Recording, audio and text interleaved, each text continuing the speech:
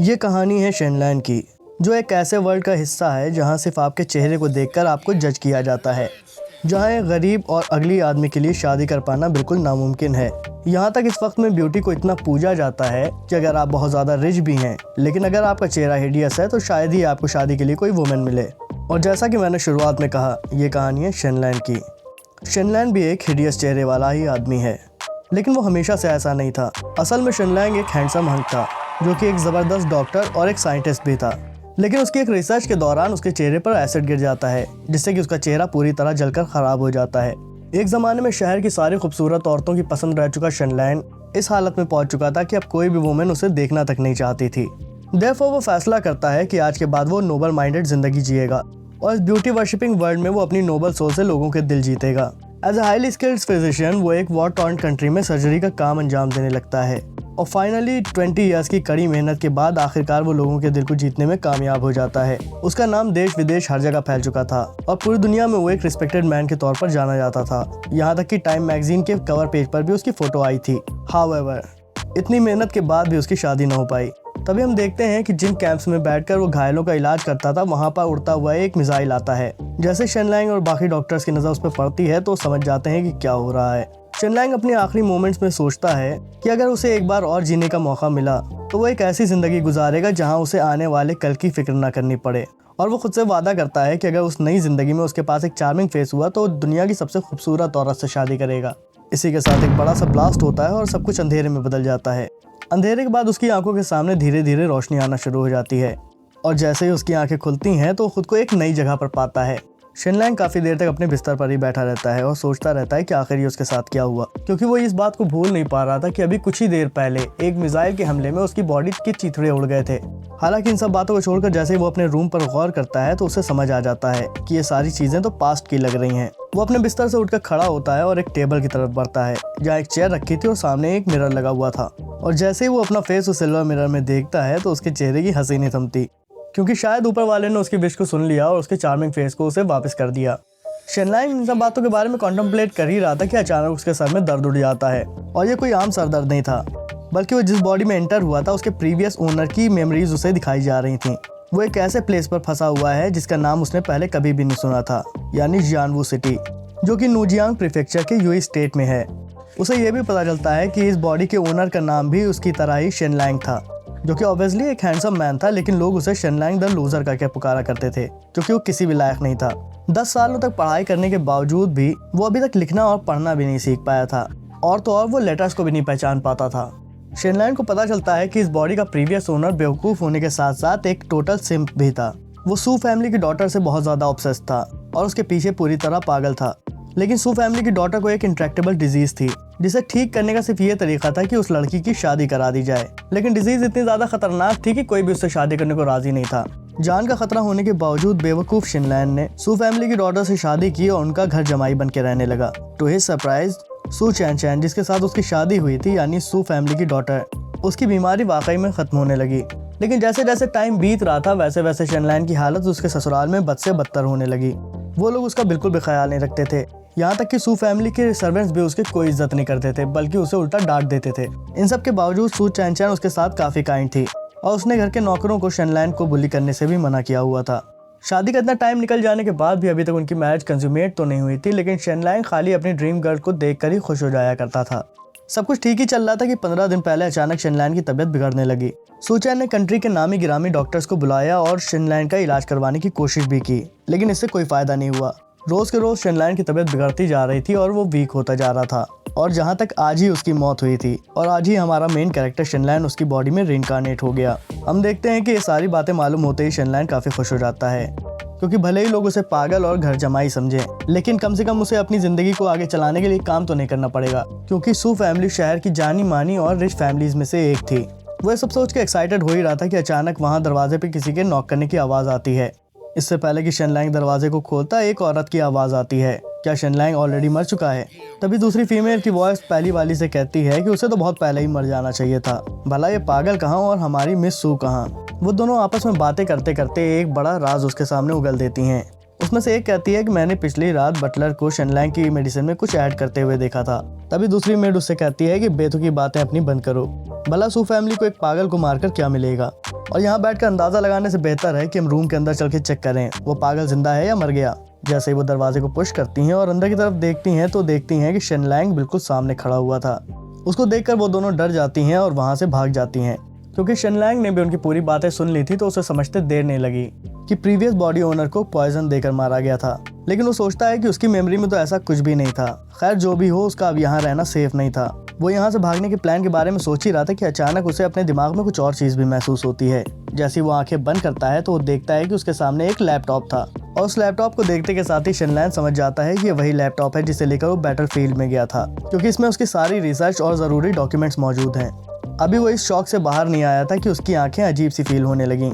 हम देखते हैं कि उसकी आंखें ग्लो होने लगती हैं और जिस टेबल की तरफ वो देख रहा था उसके अंदर रखी हुई बुक्स और कपड़े उसे दिखाई देने लगते हैं। शेनलैंग हैरान हो गया कि आखिर उसकी आंखों में एक्सरे कहाँ से आ गया। तब उसे याद आता है कि जब बॉम्ब ब्लास्ट हुआ था तब उसके पास लैपटॉप भी था और ये एक्सरे मशीन भी थी, तो शायद बॉम्ब ब्लास्ट के वक्त ये दोनों चीज़ें उसके बदन से आकर मिल गई हों।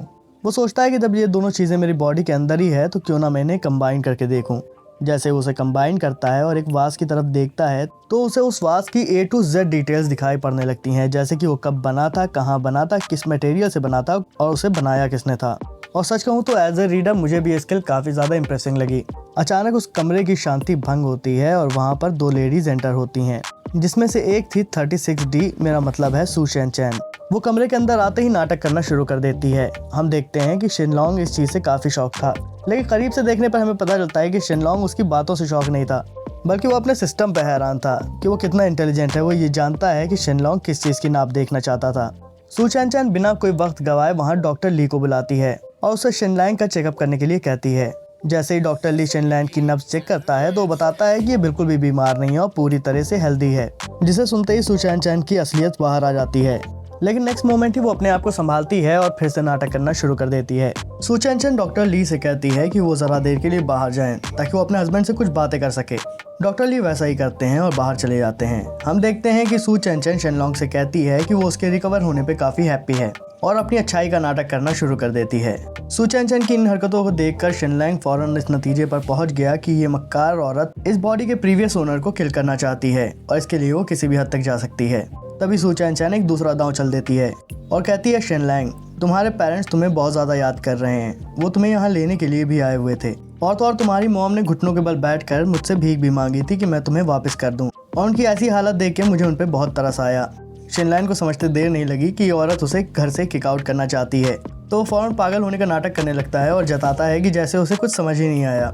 सू चैन की इतनी मेहनत फेल हो जाने पे वो काफ़ी डिसअपॉइंट हो गई। तभी हम देखते हैं कि कोई आदमी दरवाजे को किक करता है और अंदर आ जाता है। वो आदमी चिल्लाता हुआ अंदर दाखिल होता है कि ये पागल बेवकूफ़ तुम्हारी बातों को क्या समझेगा। शेनलॉन्ग जैसे उस आदमी को देखता है तो उसके बारे में सब कुछ मालूम कर लेता है, जैसे कि उसका नाम जो कि जैंग जिन था और ये आदमी प्रीफेक्चर चीफ जैंग जोंग का बेटा है। वो जैसे ही सू चैन के करीब आता है तो उसे किस करने लगता है और शेनलॉन्ग को धमकी देते हुए कहता है कि सू चैन मेरी फियांसे है और मैं अब तेरा नाटक और ज़्यादा बर्दाश्त नहीं करने वाला, तो अपने गांव वापस लौट जा और अपनी कंट्री साइड की ज़िंदगी जारी रख। हम देखते हैं कि शेनलॉन्ग उसकी बातों से काफ़ी ज़्यादा हैरान था। वो सोचता है कहीं ऐसा तो नहीं कि सू चैन ने मुझसे मैरिज ही ख़त्म कर दी हो।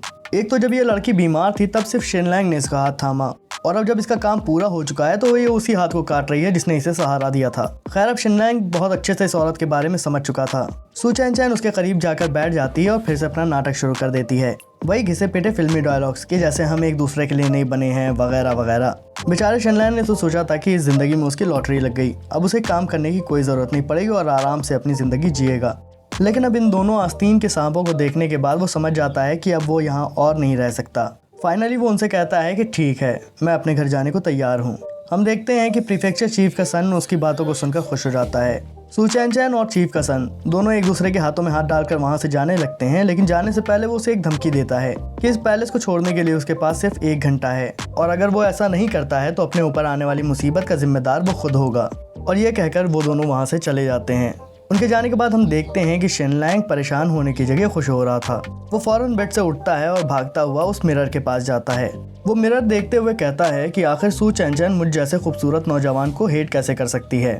हाँ, मुझे तो लगता है कि कोई नोबल वुमेन ही मुझ जैसे गुड लुकिंग आदमी के लिए परफेक्ट रहेगी। वो अपनी खूबसूरती को मिरर में निहार ही रहा था कि अचानक उसे कोई आवाज़ सुनाई पड़ती है और वो लोग कोई और नहीं बल्कि ज़ैंग जिंग और सू चियन थे जो आपस में कोई कॉन्फिडेंशियल बातें कर रहे थे। ज़ैंग जिंग कहता है कि हमें शादी के लिए जल्दी करनी चाहिए क्योंकि मुझे खबर मिली है कि जू फैमिली के सन ने जिन फैमिली की डॉटर को प्रपोज कर दिया है और क्योंकि ये दोनों ही फैमिली काफ़ी इन्फ्लुएंशियल हैं तो मुझे लगता है कि इनकी शादी के पीछे हमारी शादी तो ओवरशैडो हो जाएगी। सू चियन उसकी बातें सुनकर शॉक हो गई। वो कहती है कि क्या सू फैमिली के सन ने जिन मुलान को प्रपोज किया है? ज़ैंग जिंग कहता है हाँ, मैं प्रिंसेस जिन मुलान की ही बात कर रहा हूँ। जिन मुलान का नाम सुनते ही सू चियन उसकी तारीफें करने लगती है कि कैसे वो इस कंट्री की सबसे खूबसूरत और पावरफुल लेडी है। शिनलैन को अब अपना टारगेट मिल चुका था, यानी शहर की सबसे खूबसूरत और पावरफुल लेडी जिन मुलान। सीन कट होता है और हम देखते हैं कि शिनलैन को सू फैमिली से किक आउट कर दिया गया था। एक तो उन लोगों ने उस बेचारे को धक्के देकर घर से बाहर निकाल दिया था, ऊपर से उसे गालियां भी दे रहे थे। खैर काफ़ी गालियां खा लेने के बाद शिनलैन वहाँ से निकल जाता है, लेकिन वो अभी भी खुश था कि इस धक्का मुक्की में उसके चेहरे को कोई चोट नहीं पहुंची थी। वो खुशी खुशी अपने रास्ते जा रहा होता है कि हम देखते हैं सू फैमिली का चीफ उसे ऊपर से देख रहा था और अपने बटलर से पूछता है क्या सारी तैयारियां हो चुकी हैं। उसका बटलर कहता है यस लॉर्ड। तभी हम देखते हैं कि सू चियन पीछे से आकर अपने बाप से पूछती है कि क्या हमारी हरकत से हमारी रेपुटेशन पर कोई असर नहीं पड़ेगा। उसका बाप कहता है तुम फिक्र ना करो, और वैसे भी हमारे पास इसके अलावा कोई और रास्ता नहीं है क्योंकि ये विश मेरी नहीं बल्कि ज़ैंग जिंग की है और वो हमारा होने वाला दामाद है, तो मुझे उसे खुश करना पड़ेगा। सीन वहाँ से शिफ्ट होता है और हम देखते हैं कि रात का वक्त हो गया था और शिनलैंग गांव की तरफ अपने घर लौट रहा था। कुछ दूरी पर उसे अपना गांव दिख भी जाता है, लेकिन इससे पहले कि वो अपने गांव में एंटर हो पाता उसे कुछ लोग आकर रोक लेते हैं और कहते हैं मिस्टर शेन प्लीज आप हमारे साथ चलिए। शिनलैंग फौरन अपनी सिचुएशन को समझ जाता है। वो जानता है कि ये लोग उसे आसानी से तो नहीं छोड़ेंगे और हो सकता है कि ये लोग उसे किल करना चाहते हों। खैर ना चाहते हुए भी वो कॉम्प्लाई करता है और वो लोग उसकी आंख पर पट्टी बांध के उसे कहीं और ले जाते हैं। जैसे ही उसकी आंखों से पट्टी हटाई जाती है वो अपने सामने एक गहरा खुदा हुआ गड्ढा देखता है। बेचारा शिन सोचता है क्या ये लोग मुझे जिंदा ही दफन करने वाले हैं। वो ये सोच ही रहा था कि तभी उन असैसिन्स का बॉस कहता है कि मिस्टर शेन को इस पिट के अंदर ढकेल दो और देखो इनको दफन करने के बाद इनके लिए प्रेयर करना न भूलना। शिनलैंग पैनिक करने लगता है, लेकिन तभी उसे याद आता है कि वो इस आदमी को शायद जानता है।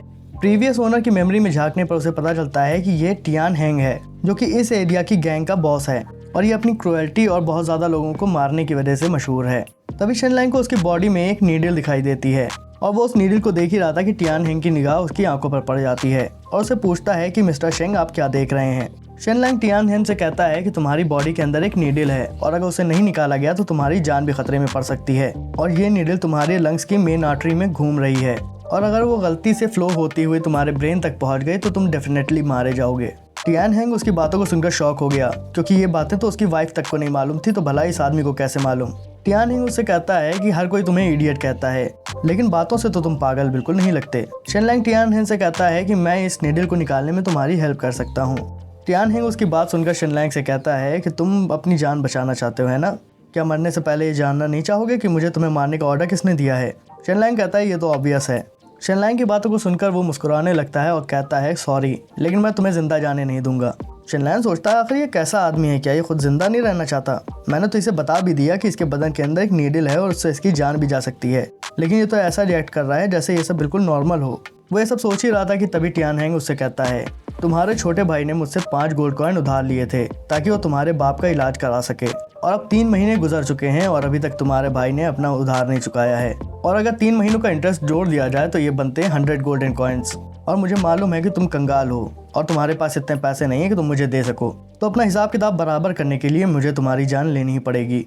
शिनलैंग को फौरन याद आ गया कि 3 महीनों पहले आखिर हुआ क्या था। हम देखते हैं कि शिनलैंग की शादी जैसे ही सू फैमिली में हुई थी तो इस बात से शिनलैंग का फादर खुश नहीं था और वो शिनलैंग को वापस लेने के लिए सू फैमिली के रेजिडेंस पे आया था, लेकिन उन लोगों ने उसे धक्के देकर बाहर निकाल दिया और इसी धक्का मुक्की और पिटाई में उसके बाप को इंजरी हुई होगी। शिनलैंग को उसके लिए काफी बुरा लग रहा था कि सिर्फ एक लड़की की वजह से उसने अपने आप को और अपने पूरे खानदान को बर्बाद कर दिया।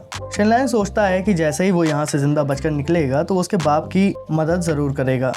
तभी टियान हैंग उसके थॉट्स को बीच में इंटरप्ट कर देता है। वो कहता है कि अगर मैं सच कहूँ तो तुम्हें मारने के बाद मैं यहाँ से सीधा तुम्हारे घर जाऊंगा और वहाँ तुम्हारे पेरेंट्स और ब्रदर्स सबको मार दूंगा। शिनलैंग की आंखों के सामने प्रीवियस बॉडी ओनर की फैमिली की तस्वीर घूम गई। वो हैरान था कि ये लोग भला कितने क्रूएल हैं।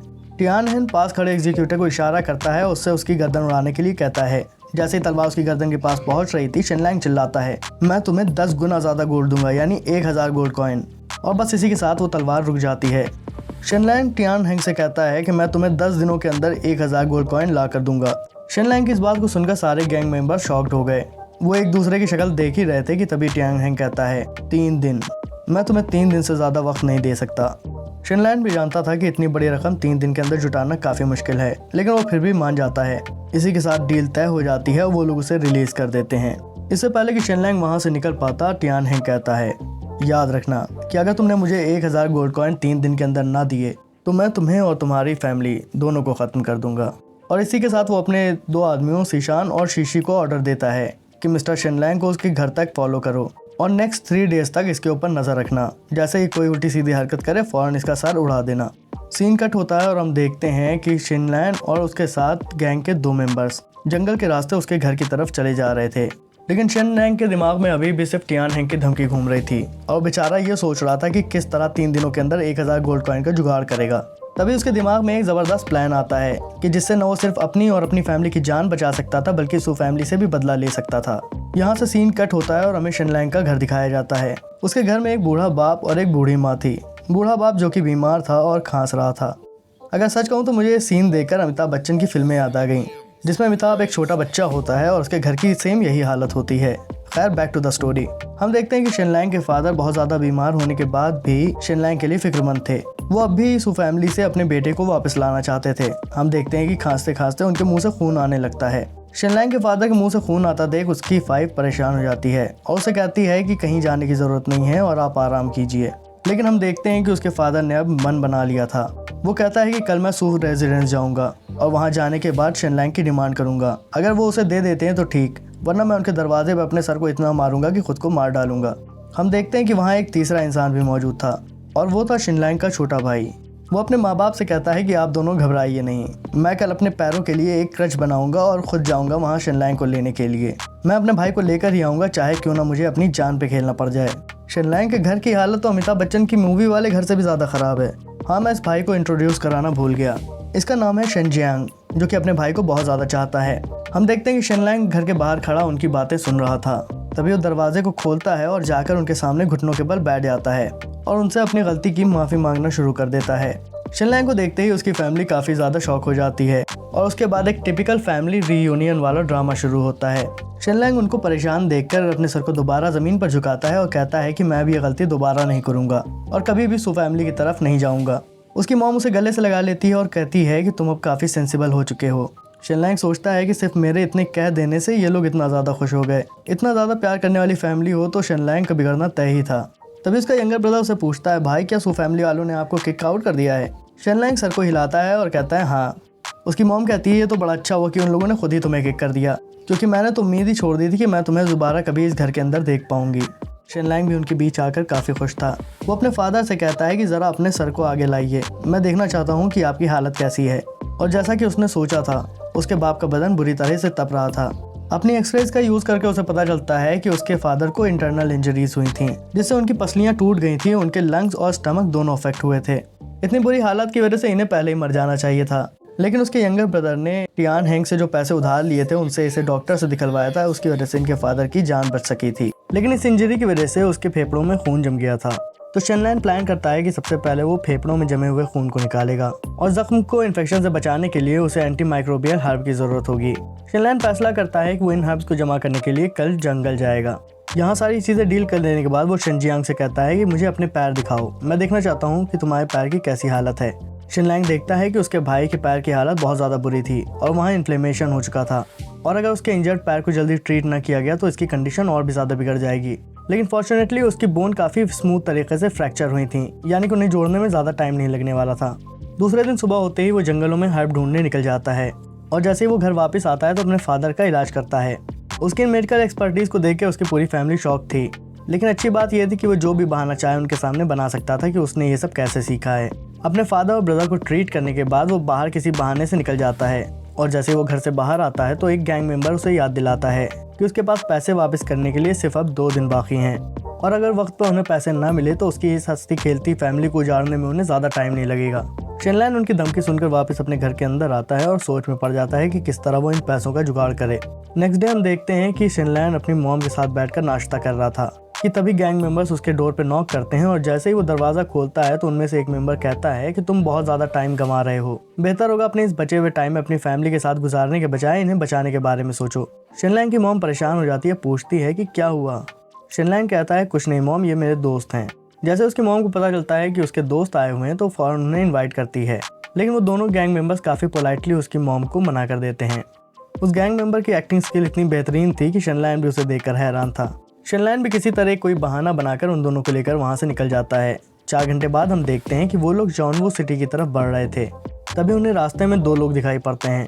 असल में वो दोनों बाप बेटे थे। वो दोनों आपस में बात करते हुए चले ही जा रहे थे कि हम देखते हैं टियान गैंग के मेंबर उन दोनों को आवाज़ देकर रोकते हैं। उन दोनों मुसाफिरों में से जो ओल्ड मैन होता है वो भी उसे पहचान लेता है। गैंग मेंबर कहता है मिस्टर ली, आजकल आपने तो बिल्कुल मेरे घर आना छोड़ ही दिया है और मेरे फादर भी आपको काफ़ी याद कर रहे थे। वो अलग बात है कि आपने मेरे फादर से कुछ पैसे उधार लिए थे, लेकिन इसकी वजह से कम आप हमारे घर आना जाना तो न छोड़ें। वो ओल्ड मैन उसकी बातें सुनकर घबरा जाता है और कहता है नहीं नहीं बेटा, ऐसा कुछ नहीं है, कल मैं ज़रूर आऊँगा। वो ओल्ड मैन अपनी बात पूरी कर पाता उससे पहले ही हम देखते हैं कि टियान 13 उन दोनों को जकड़ लेता है और कहता है मिस्टर ली, मैंने अपने फादर से बात की थी, उन्होंने मुझे बताया है कि आपको अब पैसे वापस करने की कोई ज़रूरत नहीं है। और वो उन दोनों से बातें करता हुआ उन्हें झाड़ी की तरफ ले जाता है और बस कुछ ही देर बाद वो वहाँ से अपनी तलवार को पोंछता हुआ बाहर आता है। हम देखते हैं कि टियान 13 के चेहरे पर और उसकी तलवार पर खून भरा हुआ था। वो अपने साथी से कहता है कि यहाँ कुछ लोगों को बुलाओ, इन दोनों की लाशों को डिस्पोज करने का कोई तरकीब लगाओ। ये सीन देखकर तो शिनलैंड की हालत ही टाइट हो गई। उसे समझ नहीं आ रहा था कि कोई किसी की जान इतनी आसानी से कैसे ले सकता है। तभी टियान 13 उसके पास आता है और कहता है कि सॉरी, मेरी वजह से तुम्हारा आज का कुछ टाइम खराब हुआ। शिनलैंड कहता है कोई बात नहीं और वो लोग आगे अपने सफर पर बढ़ जाते हैं। रास्ते में शिनलैंड टियान 13 से इंक्वायर करता है क्या तुम उस बुढ़े आदमी और उसके बेटे को जानते थे। टियान 13 कहता है हाँ, मैं उसे जानता था, वो मेरे फादर का बेस्ट फ्रेंड है और बचपन में मैं उसे अंकल अंकल कहता था। शिनलैंड आगे पूछता है कि उसने तुमसे कितने पैसे उधार लिए थे। टियान 13 बताता है कि उसके बाप के दोस्त ने उससे 3 गोल्डन कॉइन उधार लिए थे और उसके उधार चुकाने की ड्यू डेट गुजर जाने की वजह से उसने उसे मार डाला। शिनलैंड सोचता है कि ये कितना बेरहम आदमी है जिसने अपने बाप के बेस्ट फ्रेंड को भी नहीं बख्शा। शिनलैंड ये सब सोच ही रहा होता है कि टियान 13 उसे कहता है शिनलैंड, मैं बहुत अच्छे से जानता हूँ कि तुम सिर्फ टाइम पास कर रहे हो और किसी भी सूरत में तुम इतनी जल्दी 1000 गोल्ड कॉइन कभी भी जमा नहीं कर पाओगे। शिनलैंड कहता है हाँ, तुम सही कह रहे हो, 1000 गोल्ड कॉइन बहुत ज़्यादा होते हैं, यहाँ तक कि आम लोगों की पूरी ज़िंदगी की कमाई से भी ज़्यादा, लेकिन मैं कोई आम आदमी नहीं हूँ। टियान 13 को उसकी बात पर यकीन नहीं आया और मुस्कुराने लगा। तभी शिनलैंड उसके मुस्कुराते हुए चेहरे को देखकर कहता है कि मुझे आज का पूरा दिन भी नहीं चाहिए, मैं सिर्फ 6 घंटे के अंदर 1000 गोल्ड कॉइन तुम्हारे हवाले कर दूंगा। सीन कट होता है और हमें जॉनवू सिटी दिखाई जाती है। शहर में एंटर होते ही सबसे पहले शिनलैंग डाउनटाउन एरिया की तरफ बढ़ता है और एक बिल्डिंग के सामने जाकर रुक जाता है जिसके बाहर लिखा हुआ था जिंजियो स्टोर। शिनलैंग सोचता है ये सबसे बेहतरीन जगह है पैसे कमाने की और सू फैमिली के खिलाफ रिटेलिएट करने की। इसी ख्याल के साथ वो स्टोर के अंदर दाखिल हो जाता है। जैसे ही वो दोनों स्टोर के अंदर पहुंचते हैं तभी एक सर्वेंट वहां आकर उन्हें ग्रीट करता है और पूछता है कि मैं आपके लिए क्या कर सकता हूँ। शिनलैंड कहता है कि मुझे तुम्हारे पैट्रियार्क से बात करनी है और मेरे पास उसके लिए बहुत जबरदस्त डील है जिससे तुम्हारा मालिक 1 साल के अंदर 5000 गोल्ड कॉइन का मुनाफा कमा सकता है। उसकी बात सुनते ही वहाँ का सर्वेंट मुस्कुराने लगता है और उसे मॉक करने लगता है। तभी टियान 13 इंटरफेयर करता है और सर्वेंट से कहता है कि अपने पैट्रियार्क को बुला के लाओ, मुझे उससे बात करनी है। टियान 13 को देखते के साथ ही वो समझ गया कि ये कोई मामूली आदमी नहीं है और उन दोनों को लेकर पैट्रियार्क के रूम की तरफ बढ़ जाता है। वहाँ पहुँचते ही जिंजियो स्टोर का मालिक लिनमो उनका स्वागत करता है। वो शिनलैंग से कहता है कि मैंने सुना है तुम्हारे पास मेरे लिए एक बहुत बड़ा बिजनेस है। शिनलैंग कहता है हाँ, ऐसा ही है। लिनमो उसे एलैबोरेट करने के लिए इशारा करता है। शिनलैंड उसे कहता है मेरे पास एक फॉर्मूला है जो मैं तुम्हें 2000 गोल्ड कॉइन के बदले दे दूंगा। शिनलैंड की बातें सुनते ही लिनमो अपनी जगह पर खड़ा होता है और कहता है कि मैं अपना टाइम इस तरह बर्बाद नहीं करना चाहता और अपने नौकर से कहता है प्लीज़ इन दोनों को बाहर छोड़ कर आ जाओ। दूसरी तरफ हम देखते हैं टियान 13 भी उसके ऊपर आग बबूला हो रहा था। वो सोचता है भला ये कैसा बिजनेस प्लान है जिसमें ये यहाँ आता है और भिखमंगों की तरह 2000 गोल्ड कॉइन मांगता है। मुझे इसे फॉलो ही नहीं करना चाहिए था, बल्कि मुझे इसे जंगल में ही मार देना चाहिए था। ये सब बातें हो ही रही थी कि शिनलैंड अपनी जेब से एक गोल्डन सिल्क का रुमाल निकालता है और टेबल पर रख देता है और लिनमो से कहता है मिस्टर लिन, आप इस डाई के बारे में क्या सोचते हैं? आपको क्या लगता है इस डाई का फॉर्मूला 2000 गोल्ड कॉइन जितनी कीमत तो रखता ही होगा, क्यों? लिनमो उस गोल्डन सिल्क को देखता है और दौड़कर उसे उठा लेता है।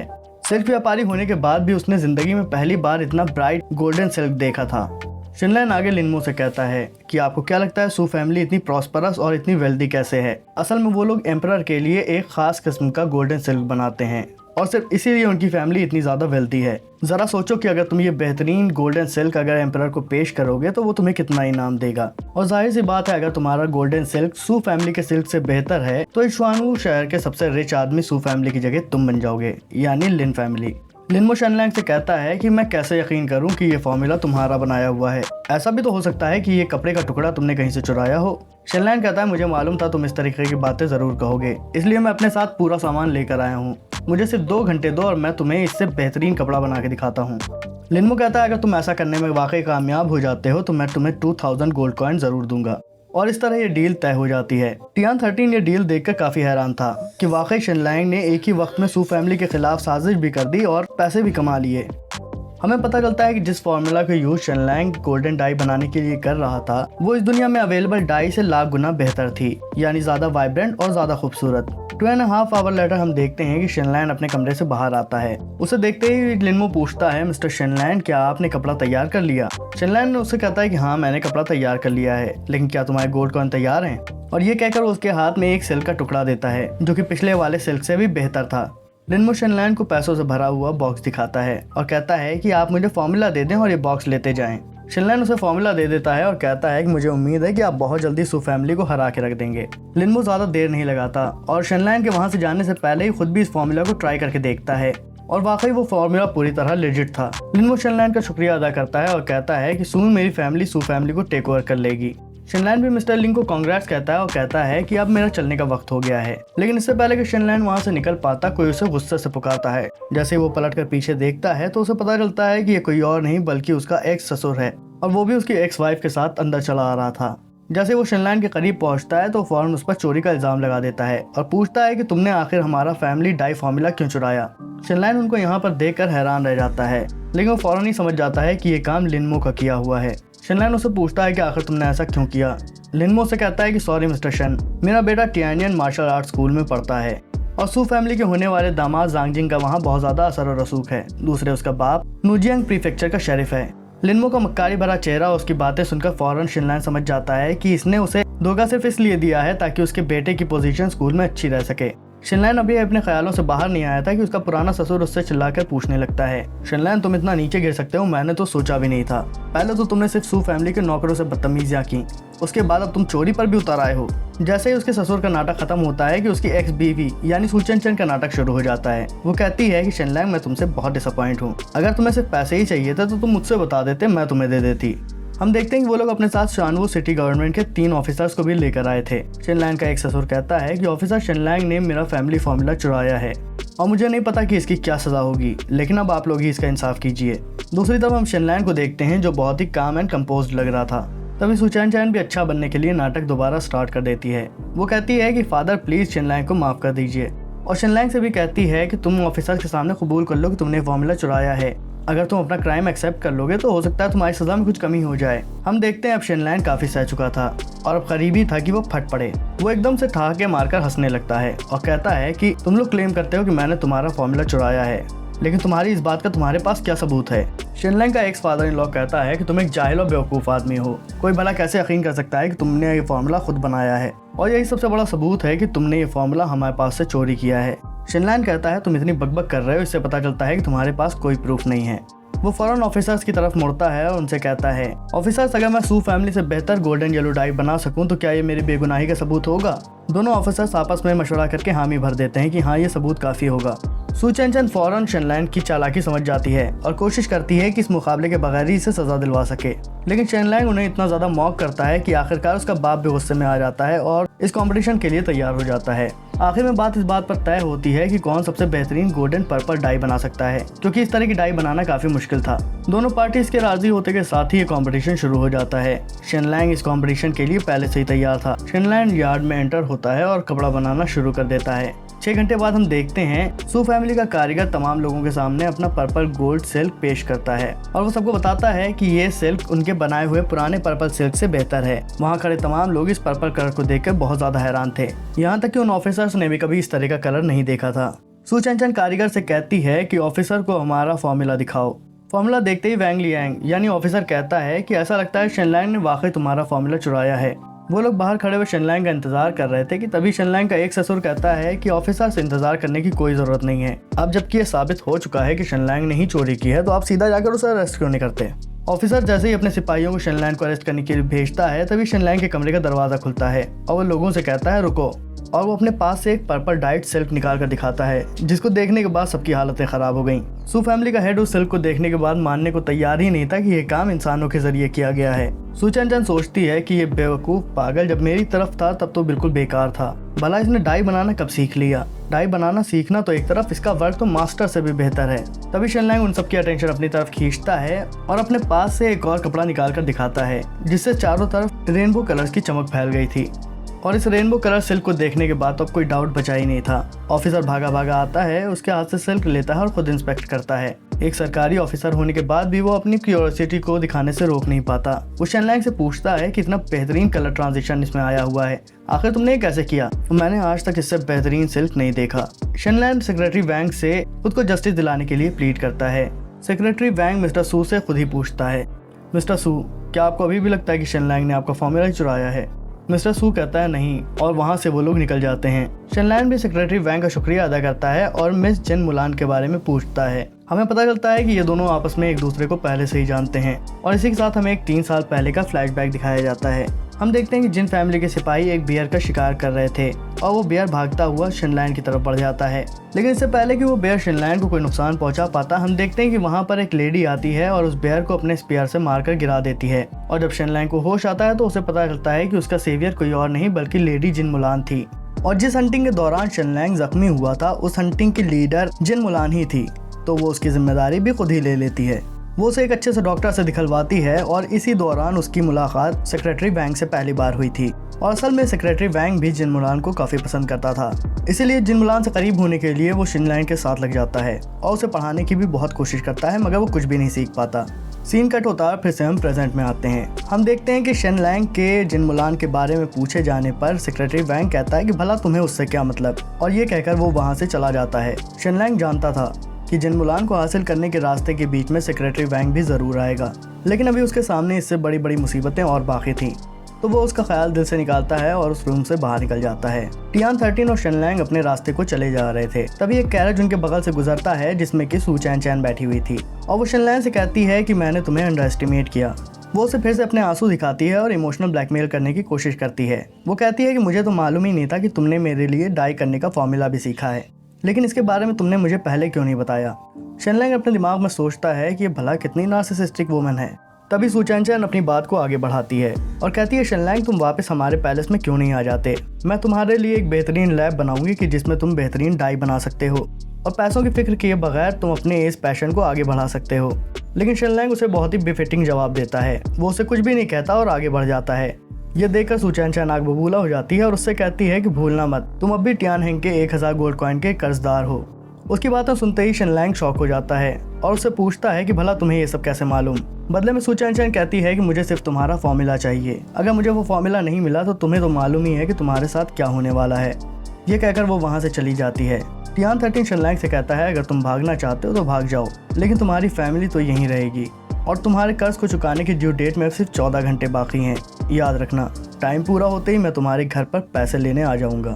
शेनलैंग खड़ा उसकी बातों को सोच रहा था कि किस तरह टियानहेंग ने सूज फैमिली को सब कुछ बता दिया था, और वो इतना समझदार तो था ही कि जानता था अगर वो 1000 गोल्ड कॉइन उसे दे भी दे तो अब उसकी फैमिली और उसे कोई नहीं बचा सकता। यानी कि उनकी मौत अब इनएविटेबल हो चुकी थी और आज रात को ही उनका ग्रुप उसके घर पर पहुंचने वाला था। अगर वो उन्हें फॉर्मूला दे दे तो भी वो उसकी जान नहीं छोड़ेंगे। यानी कि वो कितना भी हाथ पैर मार ले, अब इस मुसीबत से बचना आसान नहीं था। वो आसमान की तरफ देखता है और फैसला करता है कि वो इस प्रॉब्लम को जड़ से खत्म कर देगा। सीन कट होता है और हमें शॉनवू सिटी के अंदर कोई जगह दिखाई जाती है जहां पर घोड़े दौड़ते हुए जा रहे थे। सोल्जर का एक कॉन्वॉय आर्म पेडेस्ट्रियन को रास्ते से हटा रहा था और हमारा मेन कैरेक्टर शेनलैंग भी वहां मौजूद था। और बस तभी उसके कानों में सोल्जर कॉन्वॉय की आवाज़ पड़ती है, खबरदार तुम लोग रास्ते से दूर हट जाओ, मिस जिन आने वाली हैं। जिन मुलान का नाम सुनते ही शेनलैंग खुश हो गया। जैसे ही जिन मुलान का घोड़ा उसके करीब आता है तो वो खुद को उसके सामने डाल देता है। वो अपने घोड़े को रोकने की बहुत कोशिश करती है, लेकिन आखिर में ये एक्सीडेंट हो ही जाता है और हम देखते हैं कि उसके घोड़े ने शेनलैंग को पूरी तरह उड़ा दिया था। जिन मुलान फौरन अपने घोड़े से उतरती है और शेनलैंग के करीब जाती है। ठीक से देखने पर उसे उसका चेहरा काफी हैंडसम और जाना पहचाना लगा। वो उसकी सांसें चेक करती है कि आदमी जिंदा भी है या मर गया, लेकिन लकीली शेनलैंग बच गया था। जिन मुलान फौरन अपने सोल्जर्स को ऑर्डर देती है कि इस आदमी को उठाएं और अपने साथ लेकर चलें। हम देखते हैं कि ये सब असल में शेनलैंग का प्लान था और वो सिर्फ बेहोशी का नाटक कर रहा था। जैसे उसे हलचल मिलती है कि वो लोग महल के पास पहुंच रहे हैं और जब वो अपनी आंखें खोलता है तो उस महल को देखकर हैरान रह जाता है। इस पैलेस के सामने तो सू फैमिली का पैलेस किसी झोपड़ी से भी बदतर था। यहाँ से सीन कट होता है और हमें पैलेस का काउंसिल हॉल दिखाया जाता है, जहाँ जिन मुलान अपने फादर और मदर को ग्रीट करती है। जिन जुओ, काउंट ऑफ जुआनवू और मिसेस जिन जुओ की वाइफ। जिन मुलान के फादर उससे पूछते हैं कि तुम्हारी ड्रिल कैसी रही। जिन मुलान रिप्लाई करती है कि मेरी ड्रिल बहुत अच्छी गई। उसका फादर उसकी तारीफ करता है और कहता है कि अगर तुम्हारा भाई भी तुम्हारी तरह काबिल होता तो मुझे अपनी फैमिली की इतनी फिक्र न करनी पड़ती। अपने फादर के मुंह से ये सब सुनकर वो पूछती है क्या सिचुएशन इतनी ज़्यादा बुरी हो चुकी है। काउंट जिन रिप्लाई करता है कि हालात बद से बदतर हो चुके हैं। यूई फैमिली ने जब से नए रूल इम्प्लीमेंट किए हैं तब से हमारे जैसे पुरानी नोबिलिटी वालों की पावर और फ्रीडम बिल्कुल खत्म होने के कगार पर आ गई है। जिन मुलान अपने फादर की परेशानी देखकर कहती है कि आप परेशान न हो, मैं हमेशा आप दोनों के साथ रहूंगी और इस फैमिली की हिफाजत करती रहूंगी। उसकी बात सुनकर काउंट जिन खुश तो था, लेकिन वो जानता था कि आज नहीं कल इस लड़की की शादी हो जानी है। वो कहता है कि तुम तो जानती हो कि तुम्हारा भाई मुकोंग किसी भी लायक नहीं है। वो इतना कह ही रहा था कि तब तक एक आदमी उस हॉल में दाखिल होता है और काउंट जिन से कहता है कि कोई आपसे मिलना चाहता है। काउंट जिन पूछता है कि कौन। उसका सर्वेंट कहता है कि लेडी मुलान ने जिस आदमी की जान बचाई थी और जिसे लेकर वो यहाँ आई थी वो आपसे मिलना चाहता है। वो कहता है कि वो उसे आपसे कोई ज़रूरी बात करनी है और ये ज़रूरी बात लेडी मुलान की शादी के बारे में है। काउंट जिन कुछ देर के लिए सोच में पड़ जाता है, उसके बाद कहता है उस आदमी को अंदर भेजो। कुछ देर बाद हम देखते हैं कि शेनलैंग हॉल में आता है और काउंट और काउंटेस को ग्रीट करता है। काउंट जिन शेनलॉन्ग से पूछते हैं कि ऐसी कौन सी ज़रूरी बात है जो तुम जिन मुलान की शादी के बारे में हमें बताना चाहते हो। काउंट जिन ने जाहिर तो नहीं किया, लेकिन वो भी शेनलैंग की खूबसूरती देखकर हैरान थे कि एक आम आदमी इतना खूबसूरत कैसे हो सकता है। दूसरी तरफ शेनलैंग के लिए भी ये सबसे बड़ा चैलेंज था, क्योंकि यहाँ की गई परफॉर्मेंस से ही ये तय होगा कि उसकी और उसकी फैमिली की जान बचेगी या जाएगी। शेनलैंग काउंट जिन को बताता है कि मैंने सुना है जू फैमिली वाले जल्दी ही आपसे मिस जिन मुलान का हाथ मांगने आने वाले हैं। शेनलैंग के मुंह से जू फैमिली का नाम सुनकर सबके सब शॉक खड़े रह गए। हमें पता चलता है कि जू फैमिली असल में यूएस स्टेट की एक सुप्रीम नोबेल फैमिली है और उनकी कुछ रिश्तेदारी एम्परर से भी है, क्योंकि उनके घर की कुछ शादियां एम्परर के यहाँ भी हो चुकी हैं। काउंट जिन शेनलैंग से पूछता है कि आखिर तुम्हें ये सब कैसे मालूम।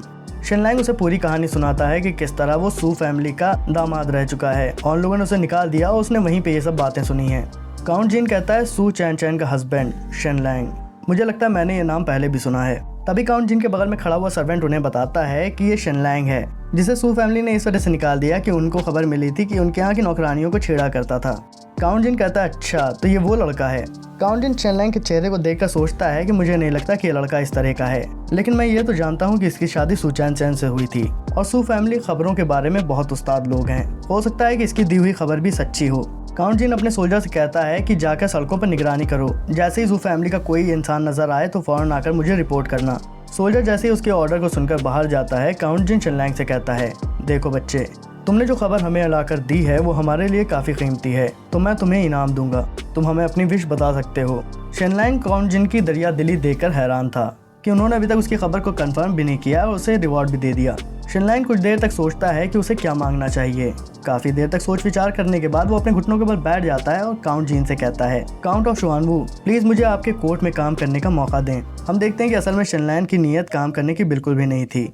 वो इसलिए वहाँ काम करना चाहता था कि वहाँ रहने पर उसे जिन मुलान से मिलने का मौका मिलेगा और जिन मुलान से शादी होना तभी मुमकिन थी जब वो उसके अगल बगल रह सके। काउंट जिन उसकी शर्त को मान जाता है, उससे कहता है ठीक है, तुम मेरे बेटे के साथ पढ़ाई करोगे, क्योंकि तुमने ये इतनी बड़ी खबर देकर हम पर एहसान किया है तो हम भी तुम्हें एक काबिल इंसान बनाना चाहते हैं। काउंट जिन चाहता था कि वो इस सुनवाई को ख़त्म करे और अपने रूम में जाकर आराम करे कि तभी गेट खुलता है और उसका सोल्जर दौड़ता हुआ वहाँ आता है। वो उन्हें खबर देता है कि जनरल जू लिन शुआनवू सिटी की तरफ ही चले आ रहे हैं। जैसे ही उन सबके कानों में जनरल जू लिन का नाम पड़ा तो सबके सब हैरान हो गए।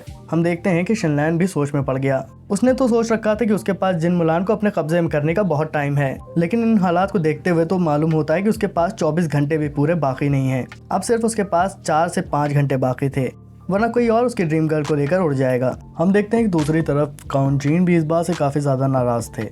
वो फ़ौरन समझ जाते हैं कि जनरल जू लिन एक्चुअली यहाँ एक सीक्रेट विजिट के तहत आ रहा है।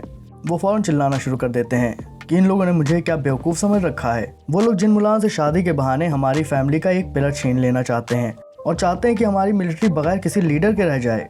तभी काउंट जिन की वाइफ उनसे कहती हैं कि क्या आप इस रिश्ते के लिए उन्हें मना नहीं कर सकते। काउंट जिन कहता है कि जू फैमिली एक बहुत बड़ा नाम है और अगर हम उन्हें मना कर भी दें तो ये इसके मुतरादिफ होगा कि जैसे हम उनके खिलाफ वॉर करने वाले हों, और मेरे ख्याल से इन सब बातों के पीछे सिर्फ और सिर्फ एम्परर का ही हाथ हो सकता है। जिन मुलान सिचुएशन को पूरी तरह समझ गई थी। वो जानती थी कि यह केस कितना ज़्यादा हाई प्रोफाइल हो चुका है। वो अपना डैगर अपने पास से निकालती है और अपने फादर से कहती है कि मैं अपने चेहरे को खराब कर लूंगी। काउंट जिन बहुत तेजी से रिएक्ट करता है और जिन मुलान के हाथों से वो डैगर छीन लेता है और उसे कहता है कि मेरे ऊपर मेरी फैमिली की जिम्मेदारी जरूर है, लेकिन मुझ पर तुम्हें प्रोटेक्ट करने की जिम्मेदारी उससे भी पहले है। और वैसे भी मुझे नहीं लगता कि तुम्हारे चेहरा बिगड़ जाने से वो लोग शादी के लिए मना करेंगे। इस शादी से बचने का सिर्फ और सिर्फ एक रास्ता है। वो सिर्फ इतना ही कह पाया था कि जीन मुलान उसकी बात को बीच में काट देती है और उसकी बात को खुद पूरा करती है। वो कहती है कि हाँ, सिर्फ एक रास्ता है कि मैं आज ही किसी एक आदमी से शादी कर लूं और उसे अपनी फैमिली में ज्वाइन करवा लूं। हमारे पास अपनी फैमिली को सेव करने का सिर्फ अब एक यही रास्ता बचा है। काउंट जिन जानता था कि वो बिल्कुल सही कह रही है, इसलिए वो खामोश हो जाता है। जिन मुलान अपने घुटनों के बल बैठकर अपने फादर से रिक्वेस्ट करती है कि उसकी खुशी इसी में है कि वो अपनी सारी जिंदगी को इस फैमिली के लिए डिवोट कर दे। उसके कई बार रिक्वेस्ट करने पे काउंट जिन भी उसकी बात को मान जाता है और हम देखते हैं कि एक पर्चा तैयार किया जाता है जिसमें जिन मुलान से शादी करने वालों की एक लिस्ट तैयार की गई थी और उस लिस्ट में पूरे 5 कैंडिडेट थे, जिसमें हमें सेक्रेटरी वैंग का भी नाम दिख जाता है। काउंट जिन उस लिस्ट को अपने एक सर्वेंट को सौंपते हुए कहता है कि हमारे पास ज्यादा वक्त नहीं है अपनी बेटी के लिए बेस्ट मैन तलाश करने के लिए, तो इन 5 को फौरन यहाँ जमा करो। वो अपने सर्वेंट को ये लिस्ट सौंपता ही है कि पीछे से एक आवाज आती है, काउंट ऑफ जियानवू, मिस जिन, मैं भी चाहता हूँ कि मेरा नाम इस लिस्ट में बतौर कैंडिडेट शामिल किया जाए। उस हॉल में खड़ी सारी पब्लिक हैरान हो जाती है कि शेनलैंग ये क्या बक रहा है। शेनलैंग फौरन मिस मुलान के पास जाता है और कहता है, मिस जिन, मैं आपसे शादी करना चाहता हूँ। शेनलैंग के मुंह से ये बात सुनकर तो मानो काउंट जिन की दिमाग की सारी नसें फटने वाली थीं। लेकिन इससे पहले कि वो फट पड़ता, काउंट जिन की बीवी उसे काम डाउन कराती है और कहती है कि मैंने सुना है शेनलैंग तो एक पागल आदमी है, तो मेरे ख्याल से आपको उसकी बातों का बुरा नहीं मानना चाहिए। काउंट जिन भी अपनी बीवी का पक्का गुलाम था, तो वो उसकी बात को मान लेता है। काउंट जिन और उसकी बीवी पीछे आपस में बहस कर रहे होते हैं कि तभी जिन मुलान शेनलैंग के चेहरे को शायद पहचान लेती है और कहती है, लिटिल फूल, क्या ये वाकई में तुम ही हो? शेनलैंग अपना ये नया नाम सुनकर बिल्कुल पगला जाता है। वो सोचता है, भला ये कैसा नाम है? असल में शेनलैंग अपने पूरे गांव में लिटिल फूल के नाम से मशहूर था और उसका एक दोस्त भी था जिसे बिग फूल कहा जाता था। लिटिल फूल और बिग फूल की दोस्ती पूरे शहर में मशहूर थी, क्योंकि एक्सीडेंट के बाद जिन मुलान ने उसकी देख रेख की थी, तो वो उसके बारे में और इस नाम के बारे में जानती थी। जिन मुलान उसका प्रपोजल सुनकर हैरान तो थी, लेकिन वो आखिर में मान जाती है और उसका नाम कैंडिडेट लिस्ट में शामिल करवा देती है। काउंट जिन उसको रोकने की कोशिश करता है, लेकिन फौरन वो बाद में सोचता है कि मैं भला परेशान क्यों हो रहा हूँ। जिन मुलान कभी भी ऐसे आदमी को अपने लिए चूज नहीं करेगी। उसने तो शायद सिर्फ सिंपैथी के लिए इसका नाम लिस्ट में शामिल करा दिया है। काउंट जिन रिलैक्स होकर अपनी जगह पर बैठ जाता है और अपने सर्वेंट से कहता है कि शेनलैंग को भी एक कैंडिडेट रूम में बिठा दिया जाए। शेनलैंग ने हिम्मत दिखाते हुए यहाँ तक का सफर तो तय कर लिया था और वो अपने इस नेक्स्ट इम्तिहान के लिए भी पूरी तरह तैयार था। 1 घंटे बाद हम देखते हैं कि 6 आदमियों को 6 अलग अलग कमरों में बिठाया गया था और इन सभी को जज करने वाली थी प्रिंसेस जिन मुलान। लेकिन उसके पास भी एक टाइम लिमिट थी, क्योंकि उसके पास सिर्फ आज दोपहर तक का ही वक्त था कि वो अपने लिए एक हस्बैंड चुन सकती थी। और अब यहाँ से जिन फैमिली के लिए सन इन लॉ का सिलेक्शन शुरू होता है। हम देखते हैं कि पहला कैंडिडेट सेक्रेटरी वैंग था। वो भी पूरी तरह तैयार बैठा था और सोच रहा था कि जिन मुलान उसे ही चुनेगी। खैर, जिन मुलान उसके पास पहुंचती है और उससे पूछती है, वैंग लियांग, अगर मैं तुमसे शादी कर लूँ तो तुम मेरे लिए क्या करोगे? वैंग लियांग जवाब देता है कि शादी के बाद मैं प्रॉमिस करता हूँ कि मैं एक बेहतरीन स्कॉलर बन के दिखाऊंगा और उसके बाद मैं मिलिट्री सर्विसेज में आपका साथ दूंगा, वगैरह वगैरह वगैरह। जिन मुलान उसकी बातों को सुनती है और आगे की तरफ बढ़ जाती है। इसके बाद वो मोये के रूम में जाती है और 3 अदर और कैंडिडेट्स के रूम में भी जाती है। वो मोये से भी यही सवाल पूछती है कि शादी के बाद तुम मेरे लिए और जिन फैमिली के लिए क्या कर सकते हो। वो कहता है कि मैं मिलिट्री स्कॉलर एग्जामिनेशन दूंगा और बेस्ट से बेस्ट बनकर दिखाऊंगा ताकि मैं जिन फैमिली की मदद कर सकूं। जिन मुलान उसे भी थैंक्स कहती है और आगे बढ़ जाती है और इसी तरह एक एक करके वो बाकी कैंडिडेट से भी यही सवाल करती है। किसी ने जवाब दिया कि मैं जिन फैमिली के लिए बहुत लॉयल हूँ, तो कोई कहता है कि मैं आपके लिए कुछ भी कर सकता हूँ। 5 कैंडिडेट से मिलने के बाद वो फाइनली शेनलैंग के रूम पर पहुंच जाती है और उसके सामने भी वही सवाल दोहराती है कि शेनलैंग, अगर तुम्हारी शादी मुझसे हो जाए तो तुम मेरे लिए और जिन फैमिली के लिए क्या कर सकते हो? शेनलैंग सोचता है कि मुझे इससे क्या प्रॉमिस करना चाहिए। करने के लिए तो मैं बहुत सी बातें कह सकता हूँ, लेकिन मुझे पता है कि आम औरतों की तरह नहीं सोचती। काफी सोचने के बाद शेनलैंग कहता है कि शादी के बाद मैं तुम्हें तुम्हारी फ्रीडम दे दूंगा। मैं तुम्हें कभी रोकूंगा और टोकूंगा नहीं जब तक तुम मेरे साथ चीट नहीं करती। जिन मुलान उसकी उल्टी सीधी बातें सुनकर हैरान रह जाती है और खास करके वो चीट वाली बात। वो गुस्से में वहां से भी आगे निकल जाती है। देखने से तो ऐसा लग रहा था कि जैसे शेनलैंग ने खुद अपने पैरों पर कुल्हाड़ी मार ली हो, लेकिन शेनलैंग की स्माइल तो कुछ और ही बयान कर रही थी। सीन कट होता है और हमें शुआनवू का कोर्ट स्टडी रूम दिखाया जाता है। जिन मुलान अपने मॉम डैड के सामने आती है और घुटनों के बल बैठ जाती है और उनसे कहती है कि मैंने अपने लिए एक हस्बैंड तलाश कर लिया है। उसकी मॉम काफी ज्यादा हैरान थी कि अभी तो कुछ ही मिनट्स बीते हैं और तुमने इतना बड़ा फैसला इतनी जल्दी कैसे कर लिया। उसका फादर कहता है कि जिन मुलान बहुत शार्प है। अपनी डॉटर की तारीफें करने के बाद वो उससे पूछता है, तो तुमने किसे चुना, वैंग लियांग को या मोये को? तुम सिर्फ मुझे अपने चूज़ किए हुए कैंडिडेट का नाम बताओ और मैं इमीडिएटली यहाँ पे पूरे स्टेट में वेडिंग इनविटेशन कार्ड्स बंटवा दूंगा। जिन मुलान कहती है मैंने जिस कैंडिडेट को चूज़ किया है वो है शिनलैंग। शिनलैंग का नाम सुनते ही काउंट जीन इस तरह गुस्सा जाता है जैसे किसी ने उसकी दुम पर पाँव रख दिया हो। वो कहता है मुलान तुम ये कैसी बातें कर रही हो, क्या तुम्हारा दिमाग तो ख़राब नहीं हो गया? मैंने इतने बेहतरीन एक से एक लड़के तुम्हारे लिए देख के लाए और तुमने इस पागल को चुना।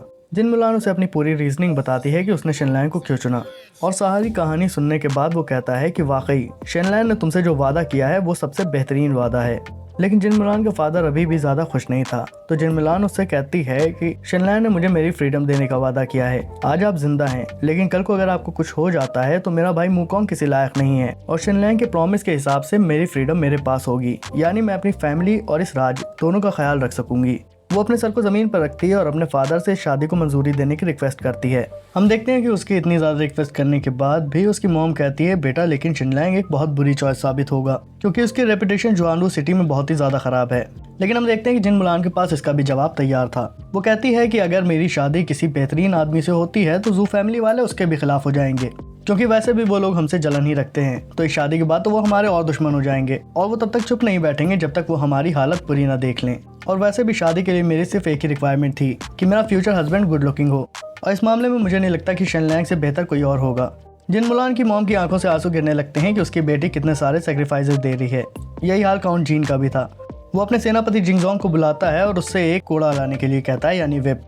काउंट जिन की वाइफ उससे पूछती है कि आखिर आप ऐसे टाइम में इस व्हिप को क्यों मंगवा रहे हैं। वो कहता है मैं जा रहा हूँ मुकोंग की पिटाई करने। और इसी के बाद हम देखते हैं कि दोनों मियाँ बीवी मिलकर अपने बेटे की खूब कायदे से पिटाई लगाते हैं। सीन कट होता है और हम देखते हैं कि जिनजोंग शिनलैंग के कमरे में खड़ा हुआ था। वो उससे कहता है कि मिस्टर शिन प्लीज़ आप मेरे साथ गेस्ट रूम तक चलें। मुझे आपको और आपकी फैमिली को गेस्ट रूम में लाने का ऑर्डर दिया गया है। आपको वहाँ पहुँचाने के बाद मैं कुछ ही देर बाद आपकी फैमिली को लेने निकल जाऊँगा। शिनलैंग कहता है ठीक है। वो फ़ौरन ही समझ जाता है जिनजोंग मुझे यहाँ लेने आया है, इसका मतलब कि मैं जीत चुका हूँ और आज से मैं इस मोस्ट पावरफुल फैमिली का सन इन लॉ हूँ। उसके दिमाग में फ़ौरन लिन जू और टियान हेंग के बारे में ख्याल आने लगते हैं कि वो किस तरह उनसे बदला लेगा। लेकिन सबसे पहले वो टियान हेंग को सबक सिखाने का सोचता है और जिनजोंग से कहता है मिस्टर जिनजोंग क्या आप मेरी फैमिली को यहाँ जल्द से जल्द ला सकते हैं। जिनजोंग शिनलॉन्ग के चेहरे पर पड़ी हुई सिलवटों को देखकर फ़ौरन समझ गया कि कुछ गड़बड़ है। वो उससे पूछता है क्या कोई परेशानी है। शिनलॉन्ग उसे बताता है हाँ, कोई मेरी फैमिली को हर्ट करना चाहता है। शिनलॉन्ग के मुंह से ये बात सुनते ही जिनजोंग का पूरे तेवर चेंज हो जाते हैं। वो सोचता है कि शिनलॉन्ग चाहे जैसा भी हो, लेकिन अब वो इस फैमिली का दामाद है। जिनजोंग शिन से कहता है कि मैं आपकी बात समझ गया और वो शिनलॉन्ग से प्रॉमिस करता है कि आपकी फैमिली आपकी वेडिंग से पहले यहाँ सही सलामत मौजूद होगी। दूसरी तरफ हमें टियान हेंग का हेडक्वार्टर दिखाया जाता है। टियान हेंग अपने लड़की से कहता है कि अब टाइम हो चुका है, जाओ और शिनलॉन्ग की फैमिली को उठा लाओ। अगर शिनलॉन्ग हमें फॉर्मूला दे देता है तो हम उसकी फैमिली को बहुत आसान मौत दे देंगे, और अगर वो फॉर्मूला देने से इनकार करता है तो हम उसे और उसकी फैमिली को तड़पा तड़पा कर मारेंगे। टियान 13 अपने बॉस से मिले हुए ऑर्डर को पूरा करने के लिए निकल पड़ता है। हम देखते हैं कि शहर में दो तरह की हलचलें थीं। एक तो शुआनवू के सोल्जर्स थे, दूसरा ये अंडरवर्ल्ड के सोल्जर्स। शुआनवू के सोल्जर्स चाहते थे कि शिनलॉन्ग की फैमिली को सही सलामत वेडिंग में पहुंचा दिया जाए, जबकि टियान हेंग के सोल्जर्स चाहते थे कि उसकी फैमिली को खत्म कर दिया जाए। लेकिन एक बात उन दोनों में कॉमन थी, उनको ये नहीं मालूम था कि प्रिंसेस जिन मुलान का होने वाला हस्बैंड शिनलॉन्ग है। धीरे धीरे प्रिंसेस मुलान की शादी की बात तो पूरे में फैल गई, लेकिन ये बात किसी को नहीं मालूम था कि उसकी शादी हो किससे रही है। हम देखते हैं कि टियान 13 अपने साथियों के साथ शिनलॉन्ग के घर पे पहुंच चुका था। जैसे ही वो दरवाज़ा तोड़ के उसके घर के अंदर एंटर होता है तो वो शॉक हो जाता है। वो देखता है कि एक कमज़ोर और लागर फैमिली भी अपने बचाव के लिए हथियार उठा चुकी थी। टियान 13 को उनकी हरकत देख के हंसी आ गई। वो उससे पूछता है कि बुड्ढे आखिर तो ये क्या कर रहा है। शिनलॉन्ग का फादर उससे कहता है कि मैंने तो सोचा था कि तुम उसके दोस्त हो, और मैं तुम्हें बता दूं कि शिनलॉन्ग यहाँ मौजूद नहीं है। अगर वो यहाँ होता भी तो भी हम अपनी आखिरी दम तक लड़ते और तुम्हें उसे ले जाने न देते। टियान 13 उनकी बातें सुनकर एक्साइटेड हो जाता है और जैसे ही अपनी तलवार निकालकर उन्हें मारने वाला होता है कि तभी उसकी गर्दन के पीछे उसे कुछ महसूस होता है। उसे ऐसा महसूस होता है कि अगर उसने अपनी तलवार को न रोका तो कोई तलवार आकर उसकी गर्दन पीछे से उड़ा डालेगी। और जैसे ही वो पीछे पलटकर देखता है तो हैरान रह जाता है। टियान 13 उसे देखकर पहचान गया कि ये कौन है, लेकिन वो उसके सामने बहानेबाजी करने लगता है। वो कहता है कि हम लॉर्ड ऑफ द सिटी के ऑर्डर से यहाँ शिनलॉन्ग को अरेस्ट करने के लिए आए हैं। दोंगजिन कहता है अच्छा, मुझे लॉर्ड ऑफ द सिटी के साथ कोई दुश्मनी नहीं है, लेकिन मेरे पैट्रियार्क ने शन की फैमिली को उसकी वेडिंग में बुलाया है और मैं नहीं चाहता कि इस काम के लिए मुझे तुम्हारा खून बहाना पड़ जाए, तो बेहतर होगा कि तुम किनारे हट जाओ। टियान 13 कहता है क्या मैं तुम्हारा नाम जान सकता हूँ, लेकिन जैसे ही जिनजोंग उसे अपना नाम बताता है तो टियान 13 के दिमाग हरे हो जाते हैं। वो फौरन समझ जाता है कि ये जुआनवू कोर्ट से आ रहा है, इसका मतलब ये काउंट जिन का आदमी है। वो फौरन जिनजोंग से पूछता है इसका मतलब काउंट जिन ने शिनलॉन्ग के पेरेंट्स को वेडिंग में बुलाया है। जिनजोंग कहता है हाँ। टियान 13 सोच में पड़ जाता है कि आखिर इन फटीचा लोगों को काउंट जिन ने क्यों बुलाया होगा। लेकिन वो जानता है कि अगर वो इन सोल्जर्स के आड़े आया तो वो उसे ख़त्म कर देंगे और उसके बॉस को भी। वो फ़ौरन उनके सामने अपने हाथों को जोड़ता है और वहाँ से निकल जाता है।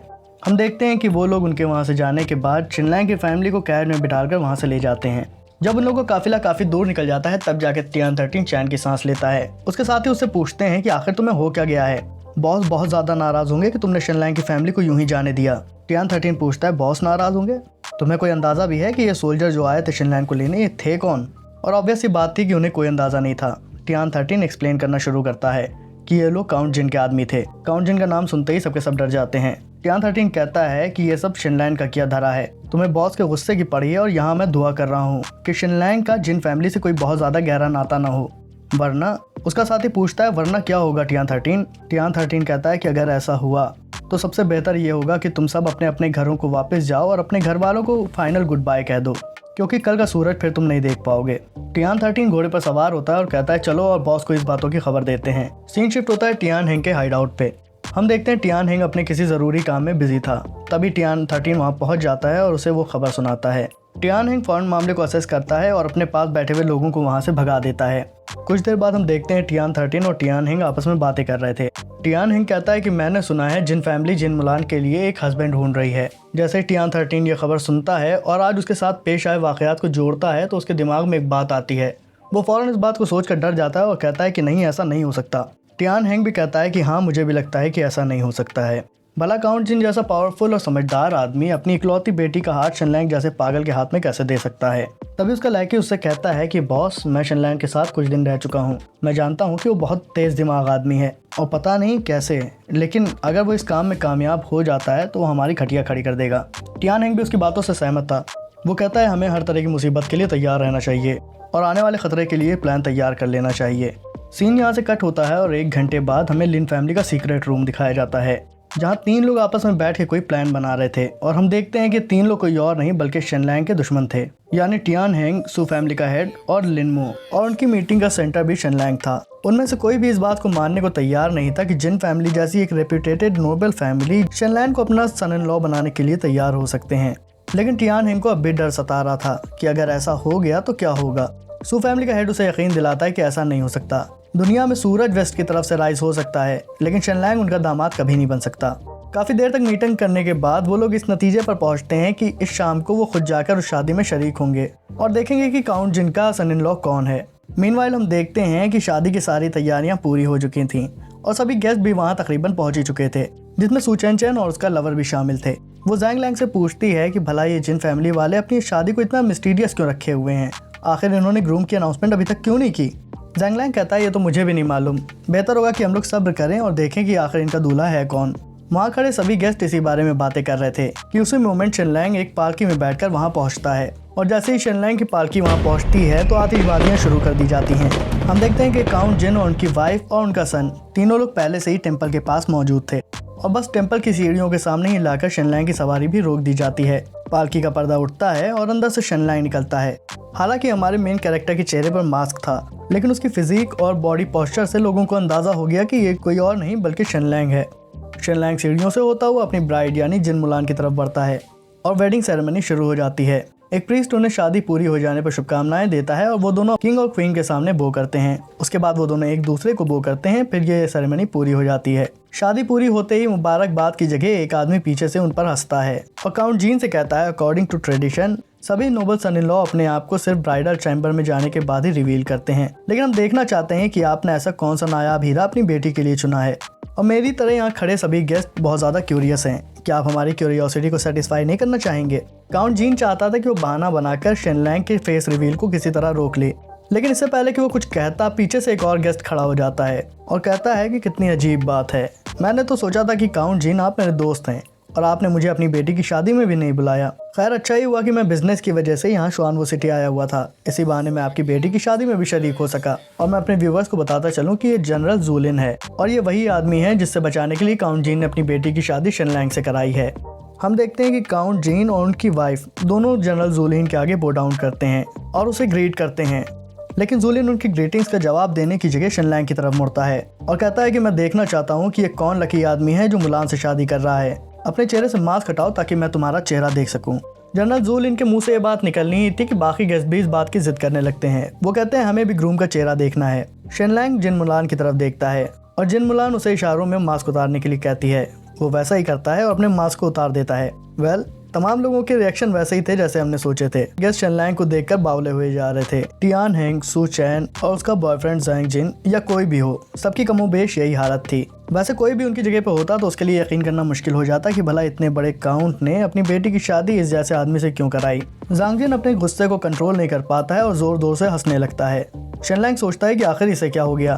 तभी ज़ैंग जिन जिन मुलान से कहता है, मिस जिन, क्या ये एक फेक वेडिंग सेरेमनी है? जिन मुलान उससे पूछती है कि तुम कहना क्या चाहते हो।